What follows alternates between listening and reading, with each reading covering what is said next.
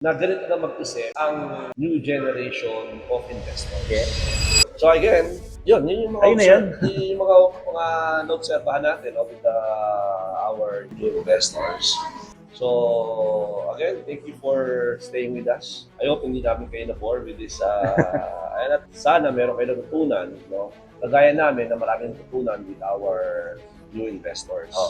And I hope hindi lang yung mga future investors namin ang makarealize ito. Also, I think we could also help some of the sellers. Not only on this property, but also mas mabuksan yung isip ng ibang sellers sa ibang property or when it comes to real estate na ganito na mag-isip ang new generation of investors. Yes. And you'll never know, baka ngayon nanonood lang kayo dyan. Sa next season namin, next episode namin, experience nyo na, di ba? Yung kinukwento namin. Kasi we're just telling you the experiences and stories of our clients.